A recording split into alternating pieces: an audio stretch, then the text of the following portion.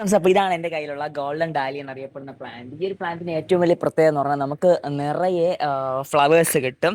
അതായത് ഇതുപോലെ അടിപൊളി വലിയ പ്ലാന്റ് ആയിട്ട് വിരിയും. ഇപ്പോൾ എൻ്റെ ബാക്കിൽ നിൽക്കുന്ന കണ്ട് അറിയാം, അത്യാവശ്യം സൂപ്പർ പ്ലാന്റ് ആയിട്ടുണ്ട്. എന്നെക്കാളും വലിയ പ്ലാന്റ് ആയി. മീൻസ് നമുക്ക് വലിയ ടയറിലാണ് ഞാൻ സെറ്റ് ചെയ്ത് വെച്ചേക്കുന്നത്. പിന്നെ അവിടെ ഒരു ഇതല്ല, വീണ്ടും 2-3 തട്ടായിട്ട് ഫ്ലവേഴ്സ് ഉണ്ട്. ഇതൊന്നല്ല, എനിക്ക് വേറെ ഫ്ലവേഴ്സ് ഇപ്പോൾ പ്ലാന്റ് നിൽക്കുന്നുണ്ട്. So one of my favourite plant ആണ് ഈ ഗോൾഡൻ ഡാലിയ. എപ്പോഴും ഫ്ലവേഴ്സ് വരാറുണ്ട്.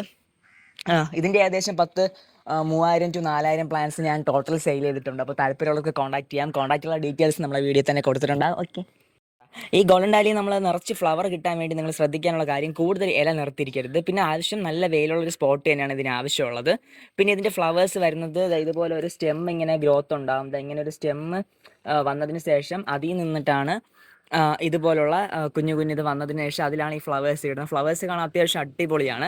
ഒരു പ്രീമിയം ലുക്ക് തരും നമുക്ക്. നല്ല രീതിയിൽ നമ്മൾ സെറ്റ് ചെയ്തൊക്കെയാണ് നടുകയാണെങ്കിൽ. ഇത് അതുപോലെ തന്നെ എനിക്ക് വേറെയും ഫ്ലവേഴ്സ് നിൽപ്പുണ്ട്. കണ്ട, ഇവിടെ ഒരെണ്ണം ഉണ്ട്. അതിലും കുറേ മൊട്ടുകൾ വരുന്നുണ്ട്. സൂപ്പറായിട്ട് ഇനിയിപ്പോൾ വിരിയും. കണ്ട, പൂക്കൾ ഇങ്ങനെ നിന്നതിന് ശേഷം മൊട്ടി നിന്ന് ഇനിയിപ്പം സ്റ്റാർട്ടിങ് ആവുകയാണ്.